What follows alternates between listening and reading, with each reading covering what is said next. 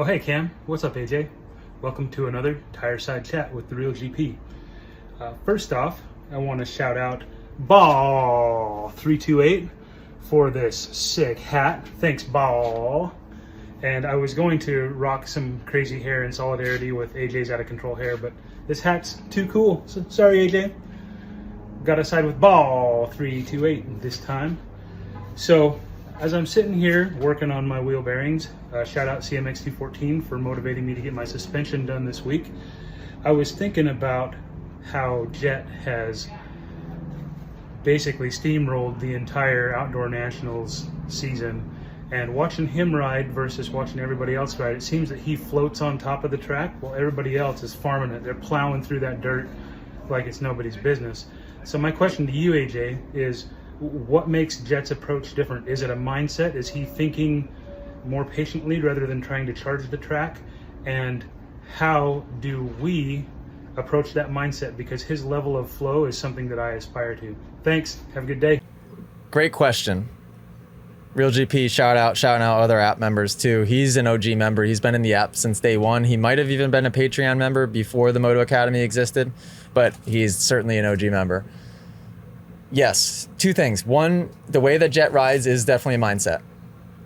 It is because it requires patience. If you are in a hurry, you are going to charge into the corner too deep, and you're going to brake too hard, and you're going to kind of just pummel yourself and bury yourself into the braking bumps, which is what 90% of the rest of the competition does, right? Especially when somebody's beating you that bad and you're trying to keep up, you're going to try to make up time where it's not easy. I always just say make up time where it's easy. What that means is Jett is going fast in places where guys aren't.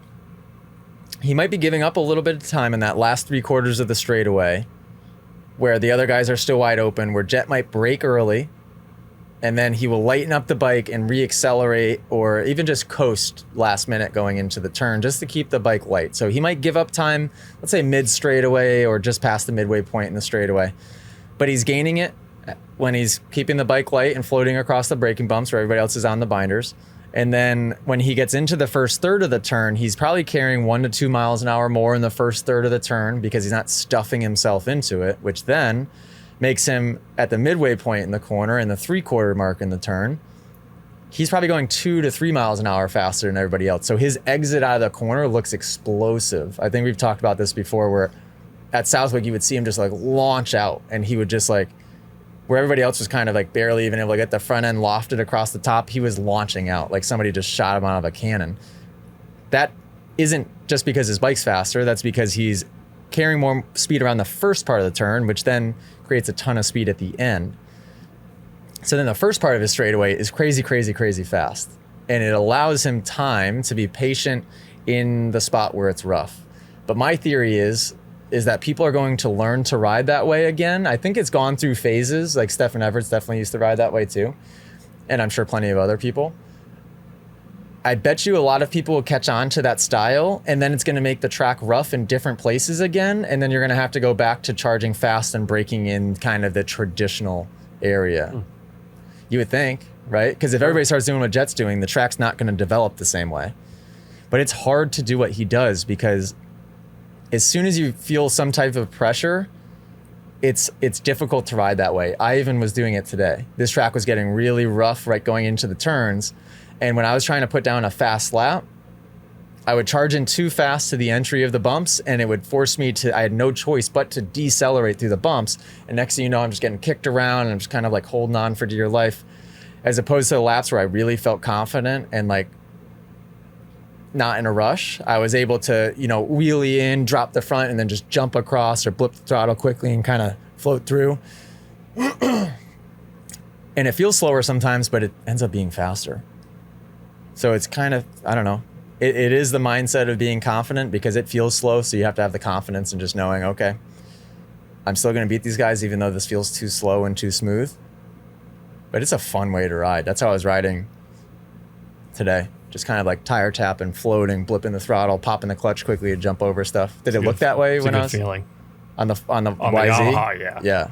Oh, dude, literally the way you were coming out of that. You know how there's like a big step up here.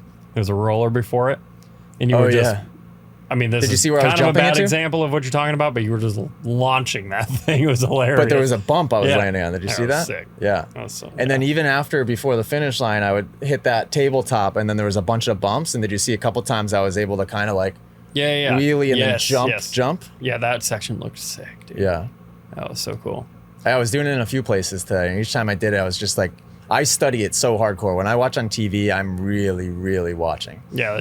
So it's just like I just wanted to kind of try to be. I've always ridden that way to some extent, but today I was really focused on just trying to be like Jett and kind of float across. If you guys enjoyed this podcast clip and you want to listen to full episodes, go download them. Spotify, Apple Podcasts, and I think that's it.